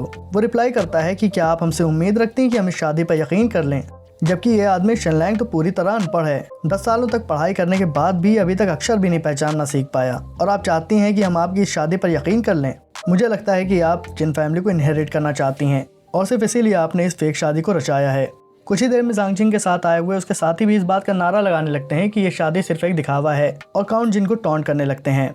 तभी काउंट जिन का एक ऑफिसर ज़ैंग जिन से कहता है, जब तक तुम्हारे पास कोई सबूत ना हो तब तक तुम शेनलैंग के नाम को यूं खराब नहीं कर सकते, क्योंकि वो अब एक नोबल फैमिली का हिस्सा है। और उस ऑफिसर के जवाब में ज़ैंग जिन की टीम से एक आदमी खड़ा होता है। वो कहता है कि मैं प्रूफ दे सकता हूँ कि ये बिल्कुल बेवकूफ़ आदमी है। मैं और शेनलैंग हानशुई इंस्टीट्यूट में एक साथ ही पढ़ते थे। शेनलैंग उस आदमी से कहता है, क्या तुम सबूत भी पेश कर सकते हो या यूं ही बकबक करने के लिए आए हो? वो आदमी जवाब में पहले तो शेनलैंग से बदतमीजी करता है, उसके बाद कहता है, मैं अभी अपनी बात साबित किए देता हूँ। मैं कुछ अक्षर लिखूंगा जिनको तुम अगर पढ़कर सुना देते हो तो मैं आज से तुम्हें इडियट बोलना बंद कर दूंगा, और अगर तुम ऐसा नहीं कर पाते हो और मेरी ये शर्त हार जाते हो तो आज के बाद तुम्हें अपना नाम इडियट रखना पड़ेगा। शेनलैंग इस बेट के लिए राजी हो जाता है। वो आदमी फौरन पेन और पेपर मंगाता है और कुछ स्क्रिबलिंग करना शुरू कर देता है। जैसे वो अपनी कैलीग्राफी कंप्लीट करता है तो हम देखते हैं उसके आसपास के खड़े लोग उस लेटर को देखकर शॉक हो गए थे। यहाँ तक कि जिन मुलान भी उस लेटर को देखकर शॉक हो गई थी कि आखिर इसने लिखा क्या है। वो कहता है, मैंने तुम्हारे लिए बस इन 3 सिंपल कैरेक्टर्स को चूज किया है, इनको पढ़ के दिखाओ, मैं मान जाऊंगा कि तुम बहुत अक्लमंद हो। हम देखते हैं कि वहाँ जितने भी स्कॉलर्स थे वो जानते थे कि ये बिल्कुल भी कोई आम लेटर्स नहीं है और ये बहुत ही मुश्किल लेटर्स थे जिनको पढ़ पाना हर किसी के बस की बात नहीं थी। शेनलैंग भी उन लेटर्स को देखकर कुछ देर के लिए खामोश हो गया था। उसकी खामोशी देखकर वो आदमी उसे चढ़ाने लगता है और टॉन्ट करने लगता है और कहता है कि तुम 3 छोड़ो, इनमें से तुमने अगर एक को भी पढ़ लिया तो मैं अपनी डिफीट कबूल कर लूंगा। लेकिन हम देखते हैं कि शेनलैंग वाकई उन लेटर्स को नहीं पढ़ सकता था क्योंकि वो एंशिएंट ज़माने के थे और आजकल यूज़ होना बंद हो चुके थे। तो वो अपनी गूगल आइज़ का यूज़ करता है और उन लेटर्स के बारे में सर्च करता है। शेनलैंग पहले लेटर को रीड करता है, उसे बताता है कि ये फर्स्ट कैरेक्टर ई है जिसे रिफ़र किया जाता है एक मेडिकल प्लांट के लिए, और भी वो काफ़ी चीज़ें उस प्लांट के बारे में बताता है। वो आदमी उसकी बातों को सुनकर हैरान था। तभी शेनलैंग दूसरे कैरेक्टर की तरफ बढ़ता है। वो उसे बताता है कि ये सेकंड कैरेक्टर प्रोनाउंस किया जाता है सू और इसके 2 मानी हैं, एक तो फ्लॉट जेड और दूसरा रॉयल फैमिली। दूसरे कैरेक्टर का मीनिंग जानते ही वो आदमी परेशान हो जाता है कि इसको ये सब कैसे मालूम, और शेनलैंग फिर उसे लास्ट और तीसरे कैरेक्टर के बारे में बताता है कि इस लास्ट कैरेक्टर को प्रोनाउंस किया जाता है यी और ये एक एंशिएंट सरनेम है। वो आदमी हक्का बक्का रह जाता है और परेशान हो जाता है और शेनलैंग से पूछता है कि आखिर तुम्हें इस तीसरे कैरेक्टर की मीनिंग कैसे पता चली? इतने साल स्टडी करने के बाद भी मैं अभी तक सिर्फ इस कैरेक्टर को ड्रॉ करना ही सीख पाया था, मुझे खुद भी इसके मीनिंग के बारे में नहीं मालूम था। ऐसा हो ही नहीं सकता है कि तुमने मुझे राइट आंसर दिया हो। ज़रूर तुमने ये आंसर अपने दिल से गढ़ लिया है और मुझे नकली आंसर सुना दिया है ताकि मैं इस पर यकीन कर लूँ। शेनलैंग उस आदमी से कहता है, ये तो कोई अच्छी बात ना हुई, तुम मुझसे वो सवाल पूछ रहे हो जिसका जवाब तुम खुद भी नहीं जानते हो। फिर वो उसके टीचर की तरफ मुड़ता है और कहता है, लॉर्ड ज़ैंग, आप तो एक चलती फिरती लाइब्रेरी हैं और यांग जियोंग के टीचर भी हैं। आपका स्टूडेंट ज़रा कंफ्यूज मालूम हो रहा है। आप इसे बताएं कि मैंने जो कैरेक्टर के बारे में बताया है वो सही है या गलत। ज़ैंग बोयान कहता है कि तुम बिल्कुल सही कह रहे हो। ज़ैंग बोयान का जवाब सुनते ही वहाँ सारे स्कॉलर्स में तहलका मच जाता है। वो सभी शौक थे कि जिस कैरेक्टर के बारे में हम इतने साल पढ़कर भी ना सीख पाए, आखिर शेनलैंग उसके बारे में कैसे जानता है। और वो सभी लोग अपने आप को शेनलैंग के सामने जलील महसूस कर रहे थे, लेकिन अभी तो उन्हें और जलील होना था। शेनलैंग यांग जियोंग से कहता है कि जब हम ये सब कर ही रहे हैं तो क्यों ना मैं तुम्हारे लिए भी कुछ कैरेक्टर्स लिख दूं और तुम उन्हें रीड करो। यांग जियोंग डरा तो हुआ था, लेकिन वो फिर भी कहता है ठीक है। शेनलैंग लिखना शुरू करता है और हम देखते हैं कि शेनलैंग ने अपनी कलम से कोई लंबी सी इबारत लिखी थी। अब पढ़ना तो मुझे भी नहीं आता कि वो क्या लिखा था, लेकिन देखने में बड़ा खूबसूरत लग रहा था। वहाँ खड़े स्कॉलर्स भी उन कैरेक्टर्स को देखकर हैरान थे। वो कैरेक्टर पढ़ने में इतने मुश्किल थे कि उन्हें यकीन ही नहीं हो रहा था कि ऐसे भी कैरेक्टर्स मौजूद हैं इस दुनिया में। शेनलैंग यान से कहता है कि अगर तुम इन कैरेक्टर्स में से सिर्फ 4 कैरेक्टर्स भी पढ़ दो तो मैं मान जाऊंगा कि तुम बहुत बड़े स्कॉलर हो। यांग सोचता है कि मैंने आज तक ऐसे कॉम्प्लिकेटेड कैरेक्टर्स नहीं देखे थे, लेकिन शुक्र है कि मैं इनमें से कुछ को तो पहचानता ही हूँ। वो फौरन अपने सर को उठाता है और कहता है कि मैं बहुत बड़ा चूतिया हूँ। इस बात को बोलने के बाद उसे एहसास ही नहीं हुआ कि उसने किया क्या है। वो अपने कैरेक्टर्स पढ़ के काफ़ी खुश था कि तभी उसे एहसास होता है कि उसने क्या क्या दिया। और तमाम लोग उसका मजाक उड़ाना शुरू कर देते हैं। उसका टीचर तो इतना नाखुश था कि वो उसकी पिटाई करने वाला था कि तभी वो शेनलैंग की तरफ देखता है, उससे कहता है, मिस्टर शेन, मैं बहुत प्राउडली ये एक्सेप्ट करता हूँ कि आप इन कैरेक्टर्स को पढ़ने में बिल्कुल मास्टर हैं। लेकिन इससे पहले कि शेनलैंग उसे कोई जवाब देता, वो मास्टर शेनलैंग से कहता है, मेरे पास एक ऐसा कैरेक्टर है जिससे मेरे तमाम स्टूडेंट बहुत ज़्यादा परेशान हैं। मैंने उन्हें सिखाने की बहुत कोशिश की लेकिन वो सीख ही नहीं पाते, और अब जबकि आप जैसा महान मास्टर यहाँ मौजूद है तो मैं चाहता हूँ कि आप मेरे स्टूडेंट्स को उस कैरेक्टर के बारे में कुछ सिखाएं। शेनलैंग फ़ौरन अंदाज़ा लगा लेता है कि ये आदमी मुझे नीचा गिराना चाहता है और इसकी मुझसे कोई ख़ास दुश्मनी नहीं है। इसका मतलब इसकी काउंट जिन या इस राज्य से कोई और दुश्मनी रही होगी। खैर, फिर भी शेनलैंग राज़ी हो जाता है। मास्टर पेपर और पेन मंगाता है और कैलीग्राफी करना शुरू कर देता है। हम देखते हैं कि जैसे ही लॉर्ड ज़ैंग उस कैरेक्टर को लिखकर कंप्लीट करता है तो कोई भी उसे पहचान नहीं पा रहा था। सभी स्कॉलर तो उसे देखकर शौक थे ही, यहाँ तक कि जिन मुलान और उसके फादर भी उसे देखकर शौक थे। और यही हाल हमारे मेन कैरेक्टर का भी था। लेकिन वो इस वजह से शौक नहीं था कि वो उस कैरेक्टर को जानता नहीं था, बल्कि वो इस वजह से शौक था कि उस कैरेक्टर को पहचानता था। ये सिंबल था येन यानी मनी का, लेकिन वो जानता था कि इस एरा में इसका मतलब मनी नहीं होता है। हम देखते हैं कि येन शेनलैंग को चढ़ाना शुरू कर देता है। उसे पूछता है, क्या तुम इस कैरेक्टर के बारे में जानते हो? शेनलैंग लॉर्ड ज़ैंग से कहता है कि मुझे नहीं लगता कि आप भी इस कैरेक्टर के बारे में जानते हैं, आप सिर्फ इसके मीनिंग के बारे में जानते हैं और कॉन्टेक्स्ट के बेस पर आप इसे प्रोनाउंस करना चाहते हैं, लेकिन ये आपसे हो नहीं पा रहा। लॉर्ड येंग भी इस बात को कबूल कर लेता है। वो कहता है कि हाँ, आपकी सारी बातें सही हैं। शेनलैंग उस कैरेक्टर को हाथ में पकड़ता है और कुछ देर के लिए सोच में पड़ जाता है। वो सोचता है कि जब इसे इसका प्रोनाउंसिएशन नहीं आता है तो मैं चाहे जो भी प्रोनाउंसिएशन करूं, इसे पता तो नहीं चलेगा, और कहता है कि मैं इसका प्रोनाउंसिएशन करना जानता हूं। येन शेनलैंग की बातें सुनकर पगला जाता है और कहता है कि जैसा कि मेरे टीचर ने कहा कि इस कैरेक्टर का मीनिंग सिर्फ इसके कॉन्टेक्स्ट से ही समझा जा सकता है, तो भला तुम कैसे दावा करते हो कि तुम इसके प्रोनाउंसिएशन को जानते हो? शेनलैंग कहता है कि अच्छा, चलो एक शर्त लगाते हैं, अगर मैं इसका सही प्रोनाउंसिएशन बता देता हूँ तो तुम अपने चेहरे पर 3 थप्पड़ मारोगे। येन कहता है, अरे वाह, अगर तुम हार गए तो क्या करोगे? वो कहता है कि अगर मैं हार गया तो मैं अपने चेहरे पर थप्पड़ मारूंगा। इसी के साथ ये डील तय हो जाती है और शेनलैंग इस कैरेक्टर को प्रोनाउंस करना शुरू करता है। वो कहता है कि इस कैरेक्टर को प्रोनाउंस किया जाता है रेन से। शेनलैंग का प्रोनाउंसिएशन सुनते ही येन चिल्लाने लगा। वो कहता है, ये बात तो मैं भी समझ सकता हूँ कि तुम अपनी तरफ से इस प्रोनाउंसिएशन को बना रहे हो। तभी शेनलैंग अपनी आगे की बात को कंप्लीट करता है और कहता है कि रेन का मतलब होता है थॉर्न यानी कांटा। लॉर्ड ज़ैंग हैरान हो गया कि ये किसी कैरेक्टर को कैसे जान सकता है बगैर उसके ओरिजिन को जाने हुए।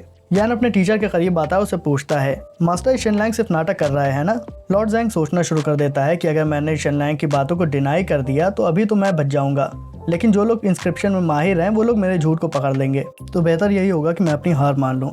और वो सबके सामने अपनी हार मान लेता है और शेनलैंग की तारीफ करने लगता है। और इसी के साथ येन का दिमागी संतुलन बिगड़ जाता है। वो कहता है कि ऐसा कैसे मुमकिन है कि ये पागल शेनलैंग मुझसे जीत गया, और भला ये कब इतना नॉलेजेबल हो गया? ये तो हमेशा फेल होता था और बेवकूफ़ आदमी था।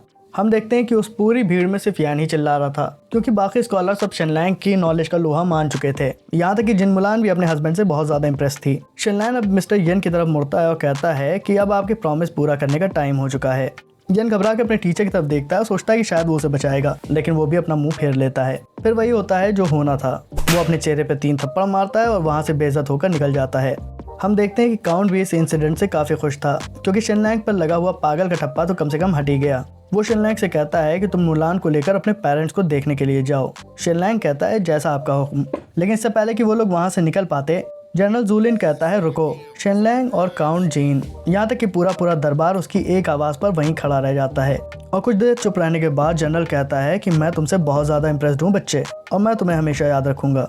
शेनलैंग जनरल जूलिन का शुक्रिया अदा करता है और वहाँ से जिन मुलान को लेकर अपने पेरेंट्स को देखने निकल जाता है।